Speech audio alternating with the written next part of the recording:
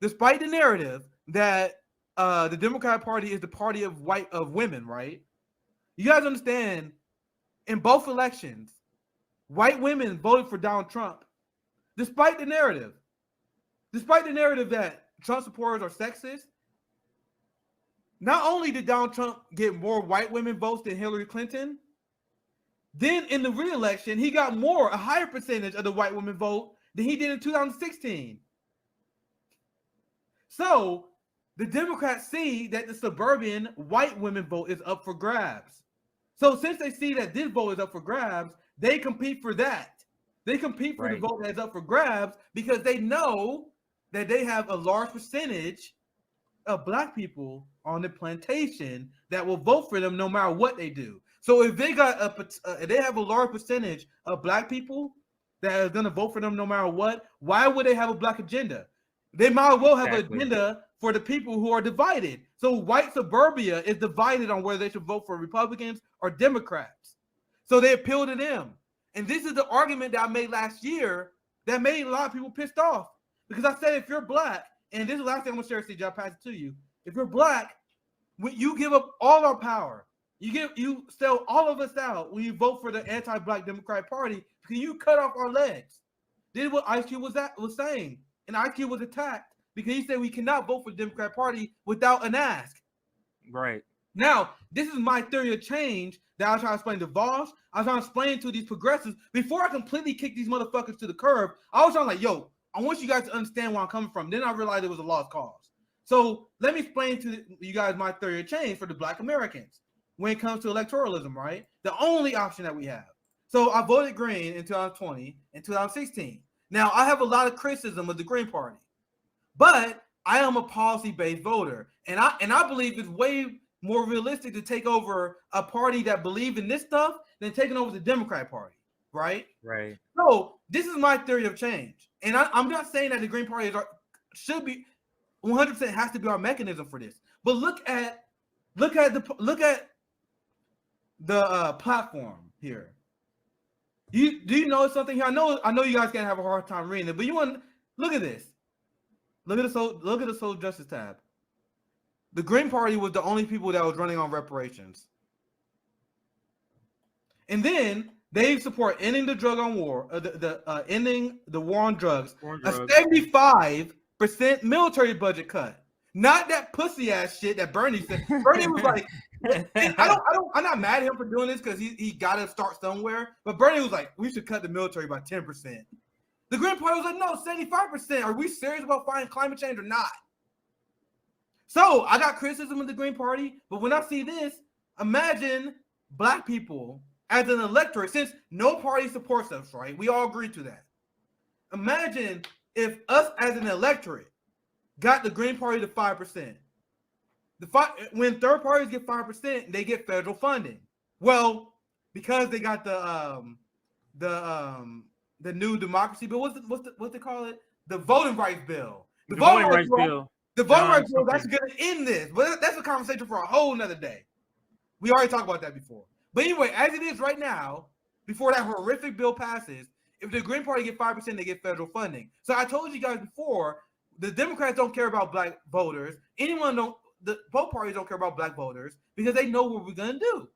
So my proposal is, if you're going to vote, which I don't think is going to lead to change, why not vote for this? So right. When they analyze the results of the election, because they do this after every election, they look at what demographics vote where, so they know what they got to do to change. They don't do anything to change the measure for black people because they know black people are going to vote for them. But if the Green Party hit 5%, and imagine if among that 5%, like 80% of that shit was black. 80% of the Green Party voters was black, and they get 5%. Right. Then the establishment would be like, oh shit, a smart politician, not all of them, they would still say fuck you, a lot of them will say, but imagine a smart politician was like, shit, according to this poll, I am within 2 points of this Republican. So if I take that 5% off, I win. So I'm gonna get a black agenda. I'm gonna prepare. I will even pretend I support. You guys see how this is, and I don't believe that we're gonna have giant change to electoralism. But this is the only thing you guys should be doing, not voting for Democrats. Yeah, black people absolutely need a different party. I want your thoughts. I know I went for a while today. No, I'm saying we need a different party because we want to play their game while we're doing our direct action. Direct action should be our main thing, but in the background, we do want to play the game. And I think this is actually a great idea. This is not the first time I heard this. Somebody else brought this up. Maybe it was you, but I've heard this idea before. And whatever issues the Green Party has, if we're taking over the party, those issues would be gone. You get what I'm saying? You got to look at it like we're not coming in saying, hey, can we get a committee seat? You get what I'm saying? We're saying, hey guys, we're taking this over now, just literally by sheer numbers. We're taking this over now, where whatever changes we want to do, whatever issues people have with the party can be fixed a lot easier than with the Democratic Party. And that's what I never understood, Nick. I never understood. Let me say, I never understood the critique of the Green Party from the left, because it's like, you have that critique and you're not voting for them. Gotcha. But then you're voting Democrat? Yeah. How does that make sense when they're 10 times as worse? So the things you're saying is bad about the Green Party. That doesn't make sense. Go ahead, Nick.